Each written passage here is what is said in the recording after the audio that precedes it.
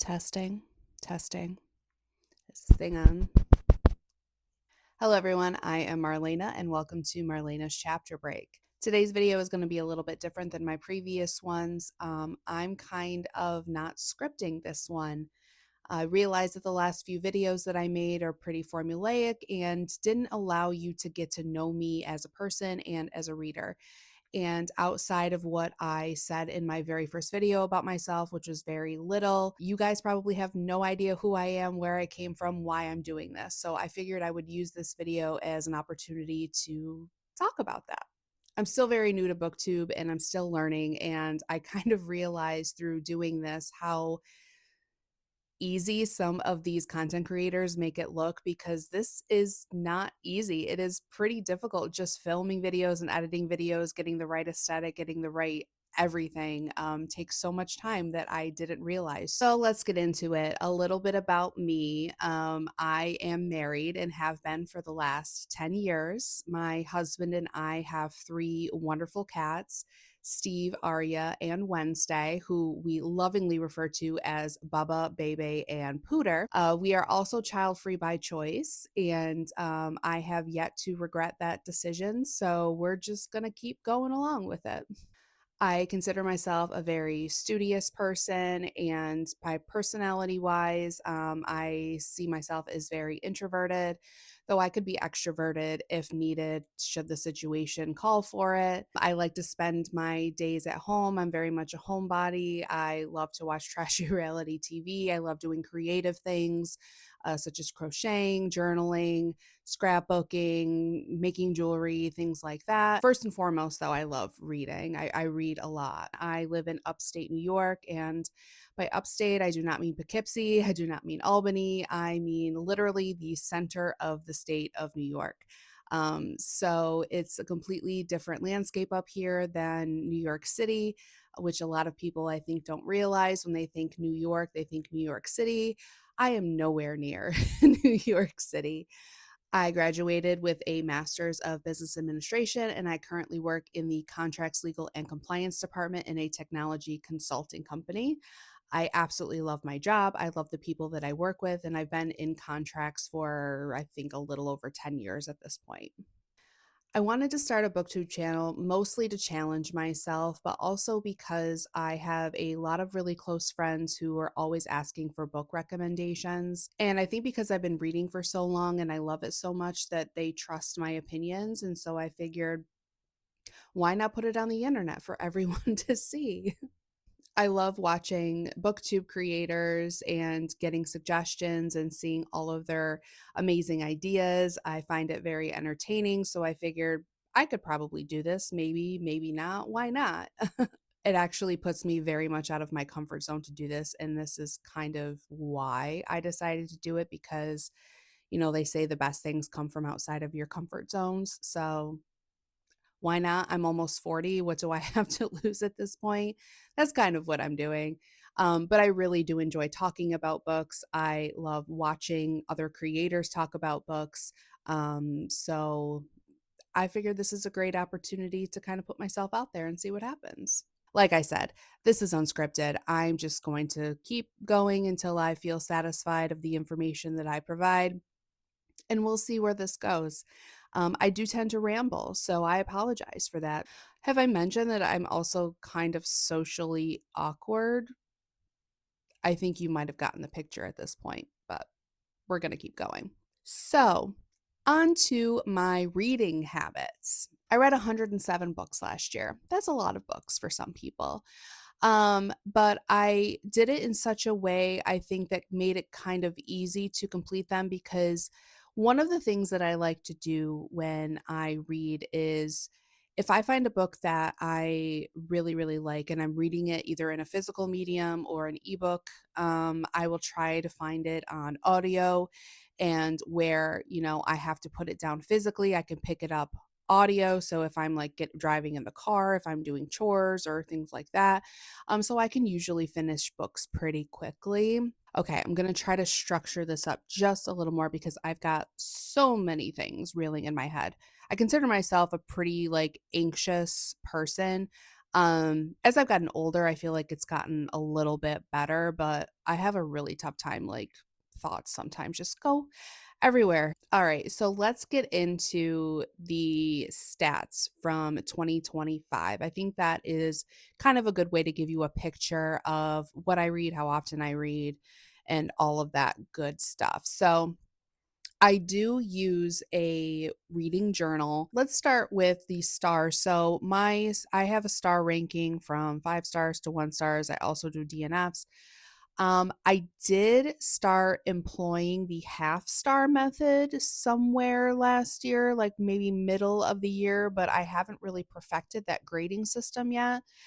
So we're just going to go with the standard 5 to 1 star at this point. So 5 stars are they are like the best books. I couldn't put them down. I love the premise. I love the characters. I love the plot. I couldn't stop thinking about it after I finished it. Those are my 5 star books. 4 star, they were great books. They were amazing. I love them. They were page turners. I didn't want to put them down, but I felt that maybe there was something missing. I wanted something a little bit more. Maybe a character wasn't as developed as I wanted it to be, or there was a plot hole or something like that. But those are my 4 star books. My 3 star books are right down the middle. They are just okay. They were fun, they were entertaining, but they didn't bring anything special. They didn't really stand out all that much. They were just meh, they're fine. Like, I could still recommend them, but they're definitely not something that I would read again. And they're probably not going to be on my shelf as well because I tend to gift away or donate 3 star books. I tend to only keep 5 and 4 star books on my shelves. And even with those books, if time goes by and I don't really remember the plot or I don't really remember anything, I will get rid of a 5 and 4 star book.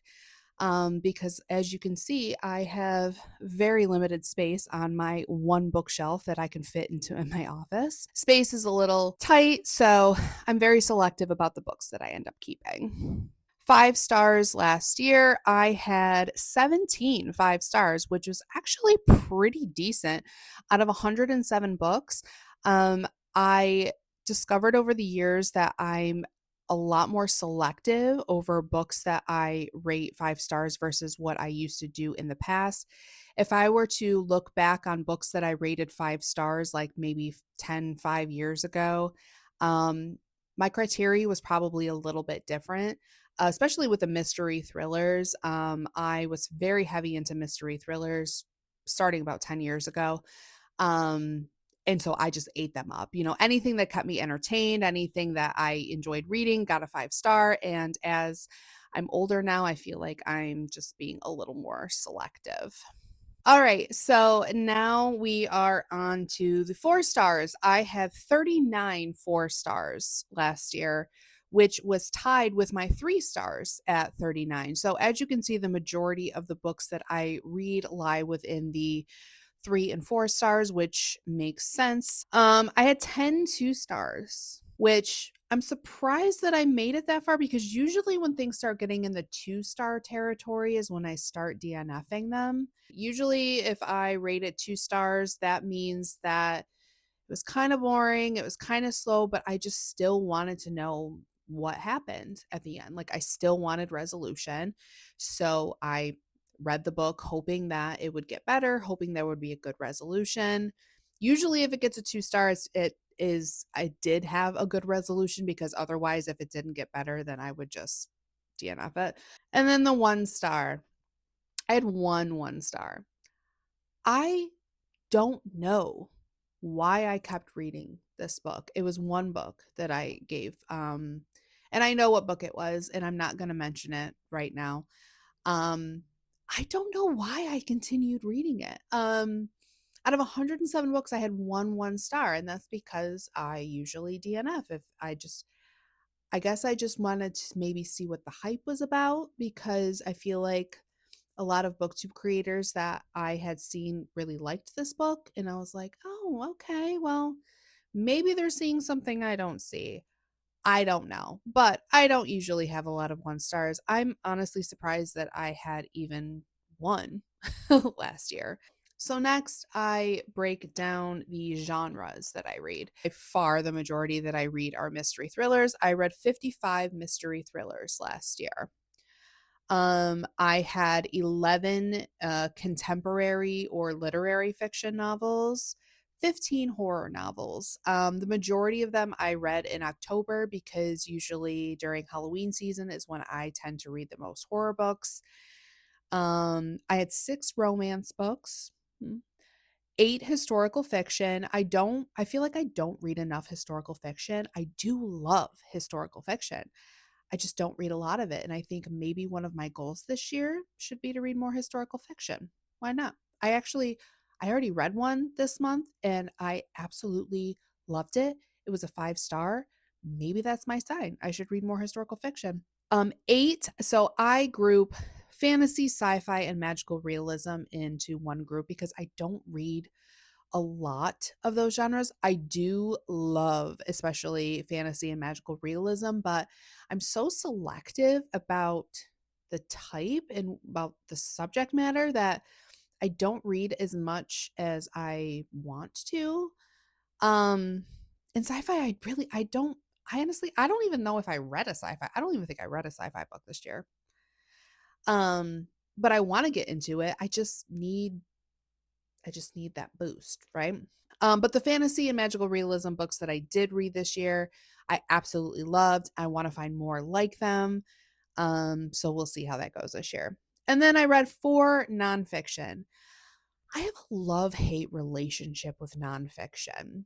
I want to read nonfiction, and the nonfiction that I tend to read, I really tend to enjoy, but I kind of have to force myself to reach for it, if you know what I mean. The majority of the nonfiction that I read are self help books. I really love self help books. Occasionally I'll read a music biography or autobiography, but nonfiction, they're kind of few and far between. I do enjoy them when I read them, but I don't reach for them, if you know what I mean.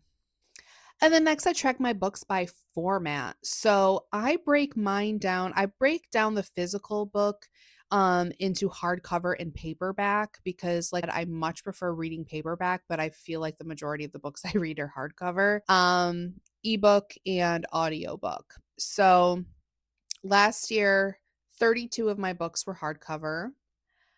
27 were paperback. And by paperback, I do not mean mass market paperback. I do not like mass market paperback. I do have a few, like this one in particular. This was a great book, actually. I Let You Go by Claire McIntosh. Read it if you haven't. I don't have a lot of mass market paperbacks. I don't like them. It sounds weird, but when I'm reading with mass market paperback, it like hurts my hands because the books tend to be so stiff and the surface area is so small that it's just not comfortable for me to read. Does anybody understand what I'm talking about, or am I completely making this up? Is it just me? But that's how I feel about mass market paperback. I like just the standard paperback. Diane Chamberlain is an amazing author. If you have not read anything by Diane Chamberlain, I highly suggest it. I have not met a book of hers that I didn't love. Anywho, PSA over. Let me get that back in there. Okay. So, yes, I like standard paperback. Ebooks. I read 30 ebooks. Ebook used to be my primary method of consuming books, but as I've gotten older, I've realized that I just love having the physical book. I don't know what it is. Maybe I'm old-fashioned. I like the convenience of ebooks, and you have all the books right there at your fingertips. You can just press a button and it's there. But I also love having books as a trophy. If I finished it and I really loved it and it's a 5 star, so I'm kind of like conflicted with that. I love the convenience of ebooks, but I also just love reading a physical book. Um, but yeah, that's all I'm going to say about that. Audiobooks, I had 18.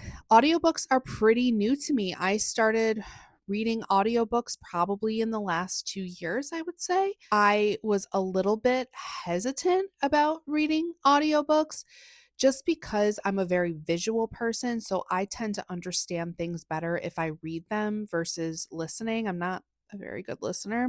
Even like when I watch TV, I have the subtitles on because it's easier for me to read the subtitles than it is for me to listen to consume the information. So I was a little hesitant about audiobooks, but I find them very convenient, especially like if you are driving in a car. You have it on your radio, whatever it's called. Oh, I just dropped my book. Or you're doing chores, you pop in your earbuds and you're listening to it. I still have a little bit of difficulty paying attention though with the audiobook. If it was set to music, it would probably be a little like if it was like an opera or something, I could probably it would probably be better. But I do like them. They are convenient. I will listen to an audiobook every once in a while. I like to tie in audiobooks with the physical book, so I put the physical book down, I pick up the audiobook and continue the story and vice versa. But they are not my preferred method. They are convenient, but it's not something that I would say like, "Oh, the majority of my books are audiobooks." Like, no. I have a really hard time paying attention to audiobooks. So, I'm pretty selective about which ones I listen to and when I listen to them.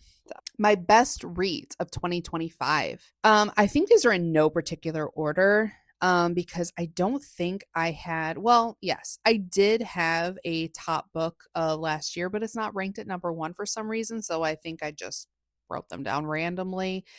The Will of the Many by James Islington. I love that book. I think I might have talked about it in one of my previous videos. I don't remember. All the Colors of the Dark. I know that that was my number one book of last year. I still think about that book. My husband is actually reading that book right now, and my husband's not a reader.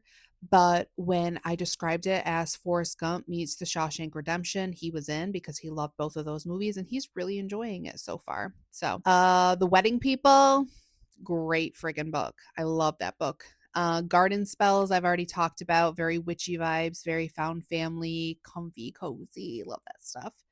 Two Twisted Crowns, which is the sequel to One Dark Window by Rachel Gillig. I loved that series. That's a very good introduction into fantasy. If it's something that you're looking to get into, I would recommend reading those books. All the Light We Cannot See, that's a classic. I read that book as part of a book club that I am in. And even though I do love historical fiction, that is not something that I would have just picked up and been like, oh, yeah, I want to read that. But I'm glad I did. It was a really, really good book.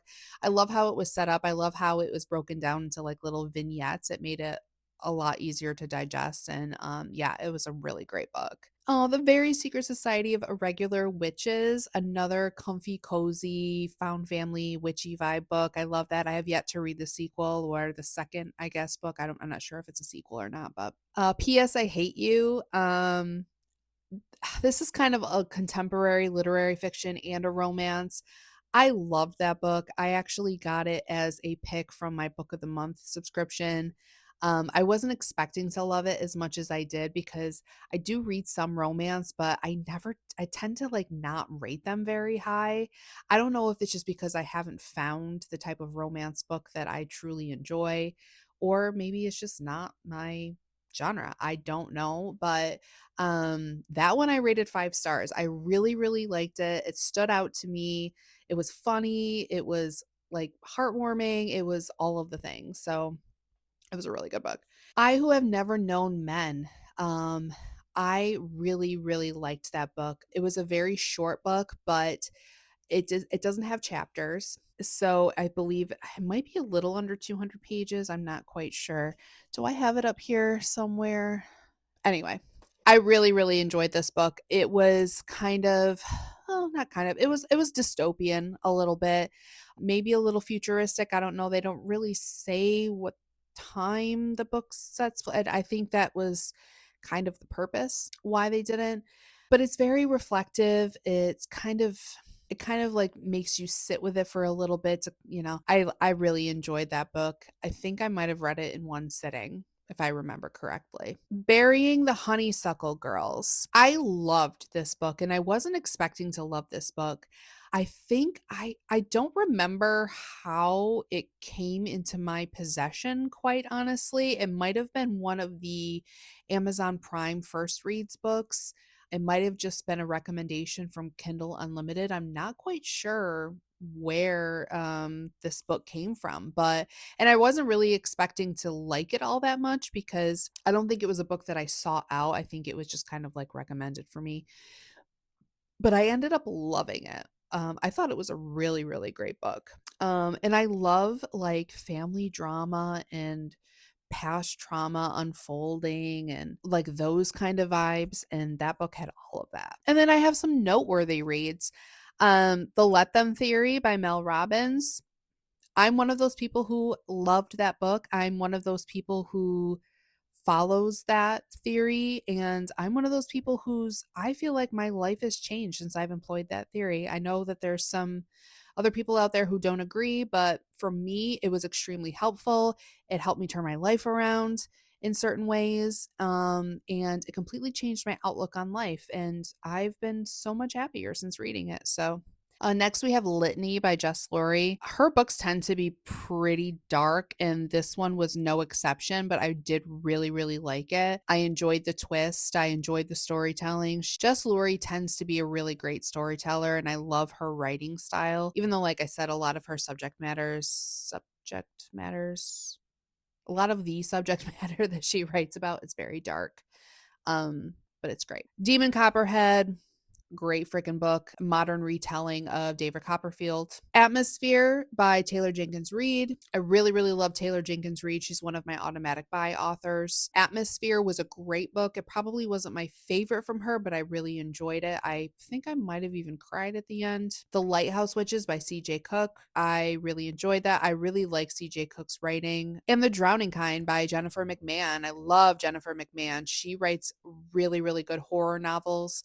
But what I love about her novels is they're very mysterious, intense, but they're not gory, right? I like horror books, but I don't tend to like the gorier, bloodier type. I like the kind that build the mystery and the tension, and they're scary, but they're not overwhelmingly, blood, guts, all that stuff. I'm not, even with my movies.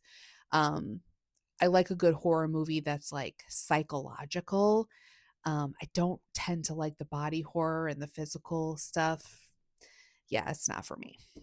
So my average rating last year was 3.6 stars, which makes sense because the majority of my books that I read were 4 and 3 stars. 25 of the books I read last year were published in 2025. I had 16 DNFs, which is not surprising. I do want to do a separate video about books that I DNF'd that I don't regret regret DNFing. So stay tuned for that. Let's see. I had 94 standalones and 13 books that were part of a series.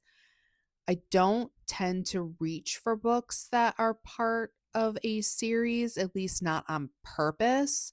I much prefer to read standalone books because I don't want to feel like I'm tied to a commitment to keep reading them. And even though, like, yeah, it's a choice, you don't have to continue reading the series, but sometimes I just feel like I'm letting myself down if I don't continue. It's weird. It's a weird feeling. This is coming from somebody who has no problem DNFing, but yet feels guilty if she can't continue a series. I don't even understand myself. Of the books I read, 72 of them I owned and 35 of them were borrowed. So by borrowed, either from a friend or from the library. My first read of the year was One Dark Window by Rachel Gillick. My last read of the year was Bad Date, and I finished that on 12/29/25. So I didn't even make it to the 31st. I stopped reading on the 29th. The longest I read was The Will of the Many. That was 639 pages. And the shortest was Bad Date at 58 pages. So love a good novella every once in a while. 67 of the books that I read I owned. 51% of the books I read were mystery thriller, 30% were hardcover, 73% were 3 and 4 stars, 35% I bought from Amazon. And I saved over $1,000 by using Kindle Unlimited, Libby, and the library. So I'm kind of proud of myself about that. That's actually an accomplishment. Is there anything else I want to talk about? I think I might have, yeah, I think I might have covered everything as far as my stats last year. And now you know all about my reading habits and the types of books I like to read. I tend to have a vague idea of the videos that I want to do in the future, but I don't really plan them out until a few days before I decide to film them. I don't really have a set filming schedule either because I work full time. So I try to, like, when I have, say, a few moments here and there, okay, I'll plan out the next video and then I'll take 30 to 40 minutes to film it. But I usually don't edit it right away. It usually just sits in my queue for a little while until I can find the time to edit it. I'm not really super committed to anything right now. I'm just still trying to test the waters and get my feet wet and still trying to figure out if, this is something that I'm going to do for the long haul. I'm just really enjoying my time doing this right now. And I'm really enjoying the interactions that I'm getting. And so if anyone has anything to say, in the comments, even if you just want to say hi, tell me your favorite book, tell me something we have in common. I would love to hear from you and I would love to have a conversation. Yeah. So that's all I got. If you have any suggestions for me, I would love them. Any suggestions is good. Any constructive criticism is good. Tell me what you want to see. Tell me what you want to hear. Whatever you like, just put it in the comments. I would love to interact with you. So, with that, thank you so much for watching. Thank you for taking the time. I really appreciate it. And I will see you next time.